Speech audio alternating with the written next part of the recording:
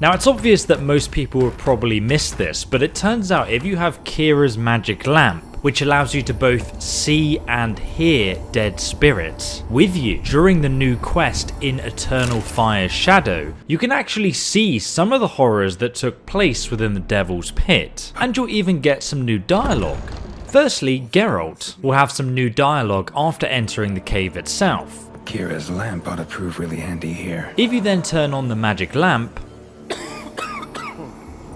you can see and hear many of the plague victims suffering from the scarlet fog, causing them to cough and splutter. But conditions don't seem that bad here. Yes, they are trapped in this cave, but there's furniture, there's books, and even sacks of old food around here.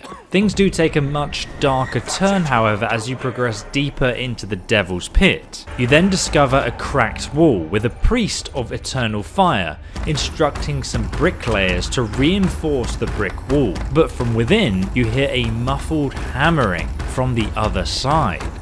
And sure enough, if you use R to blow open the wall, you'll discover the horrible truth here.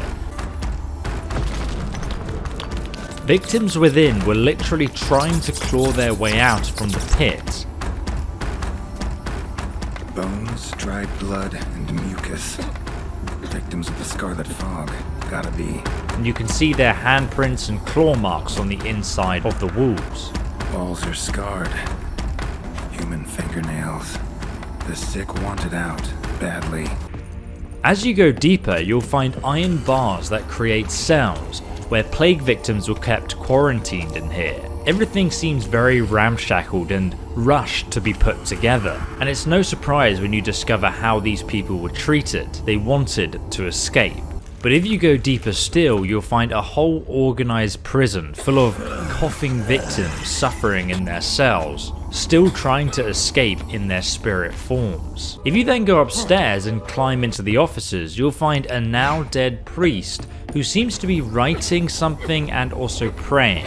If you read the notes on his desk, you'll discover that he was a young priest of the Eternal Fire, left in shock by how his brothers treated the plague victims. He decided to stay here in the Devil's Pit after the gates were shut and sealed behind him, to stay here with the afflicted to care for them until he himself died, while praying for salvation. Apparently this whole operation was led by Father Edgar, this note reads.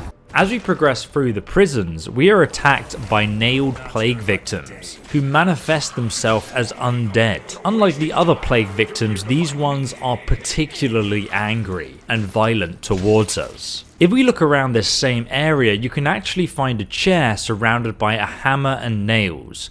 The lamp reveals 3 tied victims and a priest of the sacred fire by the name of Father Edgar, who is torturing them. A nearby note explains that these were the leaders who rose in rebellion against the church and the conditions that they were suffering. And this was the priest's solution to quell the potential coming riots that these people were riling up. After that, it was decided that the Devil's Pit should be locked and sealed along with the victims inside.